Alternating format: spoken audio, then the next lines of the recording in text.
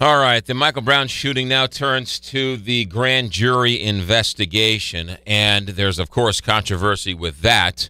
On Saturday, follow me here for a second. On Saturday, Governor Nixon called for a state of emergency. When he calls for a state of emergency, state law says that he has the authority to take any prosecutorial decisions away from Robert McCulloch, St. Louis County prosecuting attorney. I asked Governor Nixon on Saturday, since there's so many people clamoring for this to be taken out of his hands, if Governor Nixon would do that Saturday at that news conference. Here's what he said. Our focus at this time clearly is on the security here, making sure we get peace. As I said before, there are a number of people of goodwill, people of good strength, that are working extremely hard to get justice. Do you have that authority? What? I'm not going to. As I said when I got involved in this at an operational level, our focus was security, and we're going to maintain that focus while continuing to report appropriately. There's another question over here. That was from Saturday, and over the last couple of days, there's been some comments from the governor's office insinuating that if Governor McCulloch wanted to give it up, he would certainly. That's Robert McCulloch's call. Bob McCulloch, St. Louis County prosecutor, joins us now. Good morning, Mr. McCulloch. Morning, McGraw. Thanks for having me. You got it. So you've heard Governor Nixon's comments. You read his comments in the newspaper this morning. How do you respond to the idea that he said it's up to you? Well, unfortunately, it's Nixonian doublespeak as usual. He's talking about a matter of recusal, and that applies if there's a conflict of interest. Nobody's ever suggested that. Even my most vocal critics have never said there's a conflict of interest. So it's no different. I mean, the governor could just as easily have been sitting in front of a camera saying, and tomorrow I am not going to ask McGraw-Milhaven to leave his job. It's meaningless. The bottom line is this, and let me cut through it. I've said before, I have absolutely no intention of walking away from the duties and the responsibilities entrusted to me by the people of this community. I've done it for 24 years. I've done, if I say so myself, a very good job at that. I'm fair and impartial in every matter that comes before us. So when others come to me and say, we want you to go away, and I understand that. That's certainly they have the ability and the right to do that. But I've tried to direct and say, listen, I'm not going to do that. I am not walking away from this. I've been entrusted with these responsibilities. But I understand, of course, that having declared a state of emergency, Governor Nixon has the authority right now to say McCulloch is out of this case. And so I've directed him, Congressman Clay, Senator Nadal, Senator Nasheed, and County Executive, anybody and everybody, and citizens walking down the street, express that opinion to Governor Nixon. He's the only one that can do anything about it. And this is one of those distractions surrounding this case that are just tragic.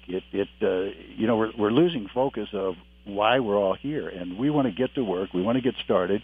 I don't want to do that with the specter of, is Nixon going to come in next week and remove me, because who knows what. He doesn't need a reason. All he has to say is, no, I'm not removing McCulloch. Yes, I am removing McCulloch, but get it done. Has he, in your opinion, said that? No. He said nothing. He said, well, if McCulloch wants to recuse himself and walk away, he can. But I'm not going to ask him to recuse. It's nothing. It's the typical Nixon doublespeak. He says nothing, and he's ducking it. I caught a bit of Senator Chapal Nadal's statement, and she's right on the money, saying he's ducking the issue. He doesn't want to answer a question. Even Attorney General Koster, I asked him directly, straight up, and anybody asks him that, I assume he'll have the same answer. And I said, look, having declared a state of emergency, does the governor have the authority to remove the prosecutor? And his answer is simple, one word, yes. And so Nixon needs to step up and say, yes, I'm going to do that, or no, I'm not. And anyone who wants me off the case needs to call the governor and express their opinion to him. And all I want is I want to be able to go about my job, to do what I can, to bring as much evidence and bring the truth out on this case. I mean, the Brown family deserves that. The community deserves that. And this is one distraction. Governor Nixon, what is it? It's 5 to 8. He can be done with this by 8 o'clock. All he's got to do is a simple, yes, he's out, no, he's not out, and let's move on. The Brown family deserves that, and the rest of the community deserves it. And so just make a decision. The grand jury starts today. Do you think by him not answering that question, he undermines the grand jury process and your process? Well, he undermines everything. And, he undermines everything except the cover that he's drafted or pulled over his head. And that's his sole purpose in this. He said absolutely nothing last night that is in any way, shape, or form meaningful, and it only aggravates the situation. We're going to proceed, as I've laid out to people, until I'm told, if I'm told by the governor that I can't. And the most devastating thing that can happen is if a week from now, a month from now, he decides that he's taken me off this case, then everybody's starting over. So stand up, man up. Stand up and say, I have this authority. I am not removing McCulloch. I am removing McCulloch, and let's get on with this. And who are the two special? This family deserves nothing less than that. When was the last time you talked to Governor Nixon? The last time I actually talked to him, I'm going to say whenever he had that press conference, the first time when he stepped in and without authority took over the security. So that would have been Wednesday or Thursday last week. Right. So you said that he has no legal authority to declare the highway patrol to take over the. Well, at the time he did not, because he refused. Again, doesn't want to make a decision. He refused to declare a state of emergency, which is what gives him the authority. So at the time he did that last Thursday, he had no authority to do that. That's what my complaint was. Not that he couldn't do it, but follow the law. We expect everybody on the street to follow the law. I don't think there's any problem with expecting the governor to follow that. So by Saturday, he did declare a state of emergency. Now he has that authority, and so the security that he's directing is certainly legal and within the law. All I'm asking is that this is one distraction he can put to rest. Others are demonstrating and calling for my removal, and again, I understand that. That's perfectly legit, and I'm all for it. They need to express their opinion, but they need to express it to the guy who can do it. And Senator Shapal Nadal is the only one who stood up and said, yes, I will do that. Even the others are ducking that question. If you want me out of here, I'm not walking away from my duties. But the governor can do it, and if you want that, then call the governor and talk to him about it and let him say, yes, I'll do it, or no, I won't do it. But let's get it done and move on. A side issue, Robert McCulloch, the city shooting yesterday, they came out and Police Chief Dotson went to the crowd and gave quite a bit of information. People want to know why so much information was given yesterday and yet so little information was given on the Michael Brown shooting. Sure, and I'll be honest with you, as I always have been, I've been very, very busy, and I've caught bits and pieces of the report. I knew, of course, there was a fatal shooting, and it's like every other death, a tragic death. I can't give you any information. I don't know anything. That way, I just don't know enough about anything to talk about it. Are you going to meet with Eric Holder while he's in town? I certainly haven't been asked or invited. Okay. Can you tell us anything about the grand jury proceedings today? Nothing's going to be presented until later in the day.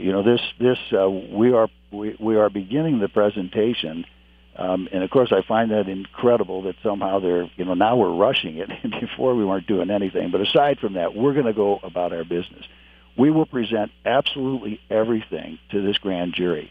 My two very experienced prosecutors, and the reason they are on it is Kathy Elizade had the homicide phone when this occurred, so she's been in this case from the very beginning. Sheila Worley has been assigned to the grand jury for this term, and so she's been working with this grand jury since May. And so we're not changing. Nothing there has changed. The only thing that has changed is that we will be presenting absolutely everything to this grand jury. Every statement that a witness made, every witness, every photograph, every piece of physical evidence, absolutely nothing will be left out, so that the grand jury is making their decision based upon absolutely everything, and we'll go from there. How long do you think that will last? That it can. I mean, it's the grand jury, of course, is in session until early September this term. And so they're going to, obviously the docket is set there and we'll make extra time. And right now, honestly, not everything is ready to be presented to the grand jury yet. So we will be presenting what we can between now and the end of their term, which is early September. After that, their term is extended just for this case, and that's all they'll be hearing. And they can meet as long as they want. As long as they want to meet. How long do you think it'll take for you to present all of the evidence? Our target date is hopefully by the middle of October. Okay. One quick question, Bob Sure. McCulloch, just in terms of how this all works. You're a prosecutor. That means you bring charges. That means you defend the state. When you're putting evidence towards a grand jury, the grand jury then decides whether or not to indict. My question, so how do you present this evidence? Do you present it impartially and or partially? Yes, I don't defend the state. I present the evidence and the information, in this case to a grand jury, and if it was a trial, to a jury, and the jury makes that decision. And we present the full case in this case, the full case to the grand jury, and should there be an indictment, the full case will be presented to the trial jury so that they make the decision. I think that's a misconception, one of them, that a lot of people have about the system. I don't decide if somebody's guilty or not guilty. I present the evidence to a jury, and the jury makes that decision. That's part of the checks and balances of this entire system. And the judge is there to put it in a sports analogy, they call balls and strikes. Yes, that evidence is going to know that isn't. That's a proper question. It's not a proper question. So in the grand jury, everything is presented to this grand jury. Every photograph that's taken, every video clip that we're able to pull off the internet, and anybody who said anything, the witnesses who made those statements. If you can think of it, and it pertains to this case, it will be in front of this grand jury. Robert McCulloch, St. Louis County prosecutor, are you having many witnesses? Early on, it said witnesses were having a hard time coming forward. Are you getting all the witnesses you need? Are more coming forward? Well, I believe there are more than and the FBI and the U.S. Attorney and Justice Department are doing their. It's a parallel but a separate investigation, and I understand they have had some success with the canvassing of the Canfield apartments in locating witnesses. I know there are witnesses who have called the FBI. There are witnesses that have called my office, and that's what we encourage everybody to do. Just call somebody, get that information to somebody. We can't present it if we don't know about it, and however you want to do it, whatever you're comfortable with, give it to one of the ministers, who, by the way, have done a remarkable job in Ferguson.